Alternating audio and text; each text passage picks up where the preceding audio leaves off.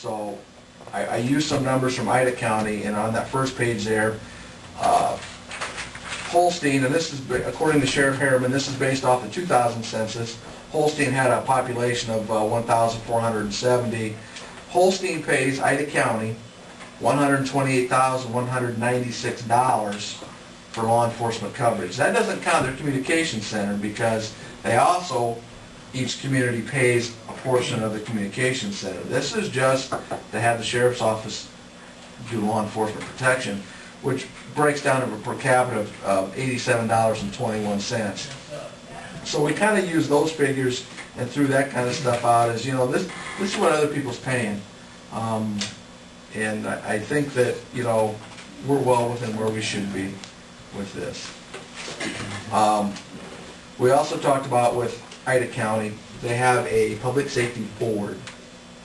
This public safety board consists of representatives from the different municipalities, and they actually determine salaries. They actually determine the staffing levels and those types of things. Well, one of the council members in our meeting last Wednesday asked me if I would be willing to set up such a board.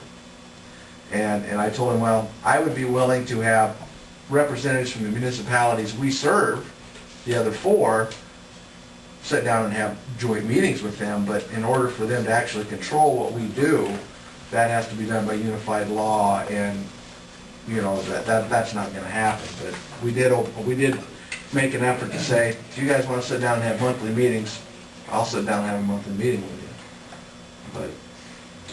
But as the board of supervisors, and the three of us can speak to it, we have not. It's not been our position to be out soliciting countywide law enforcement. We, as the small towns, have not been able to afford police protection. We have worked out contracts with Auburn, Lytton, Nemaha, and Early. Shaler maintains their own at this point in time. Lakeview and Sauk City do as well. Our hope is that they will continue to do that.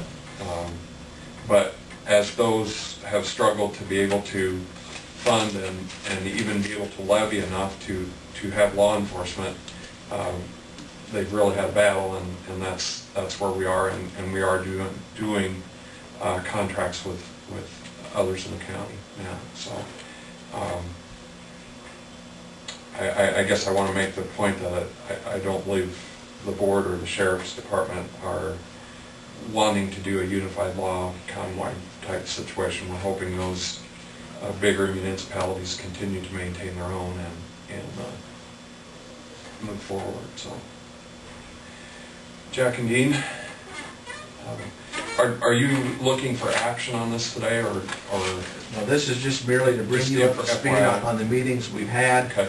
Obviously, before any formal action would be taken, we'd actually drop the 2080 agreement for your approval, the county attorney's approval, and the city of Odenwald's approval. Okay. So this is just an informational thing that we did meet with them. Well, I talked with the mayor of Lytton and the mayor of Early, and they're happy with the enforcement they're getting from the sheriff's department, so they didn't seem to have any complaints at all. Hopefully it would work for Odie Boat. Okay. And we talked about the one deputy, if he retires, then he wouldn't be replaced at Odie Boat. Well, there will be one in Odie Boat, and Sonny lives in Odie Boat, and he would stay there. And hopefully, if even Sonny left, there'd been somebody else put in Odie Boat, so there'll always be at least one in Odie Boat, but not two.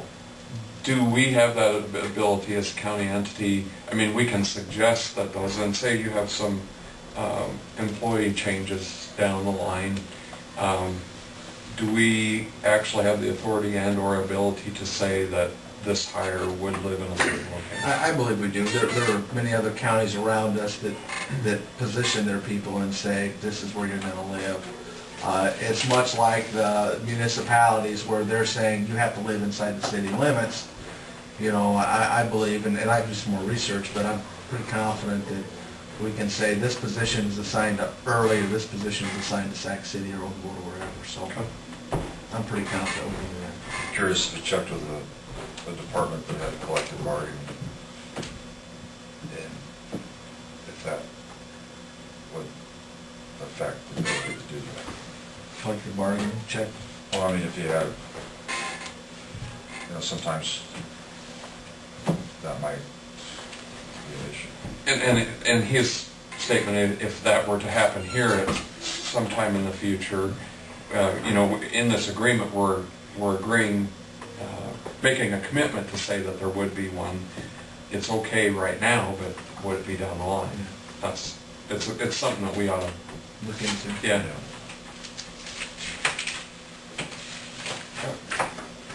Thanks, Ken. Thanks. Anything else?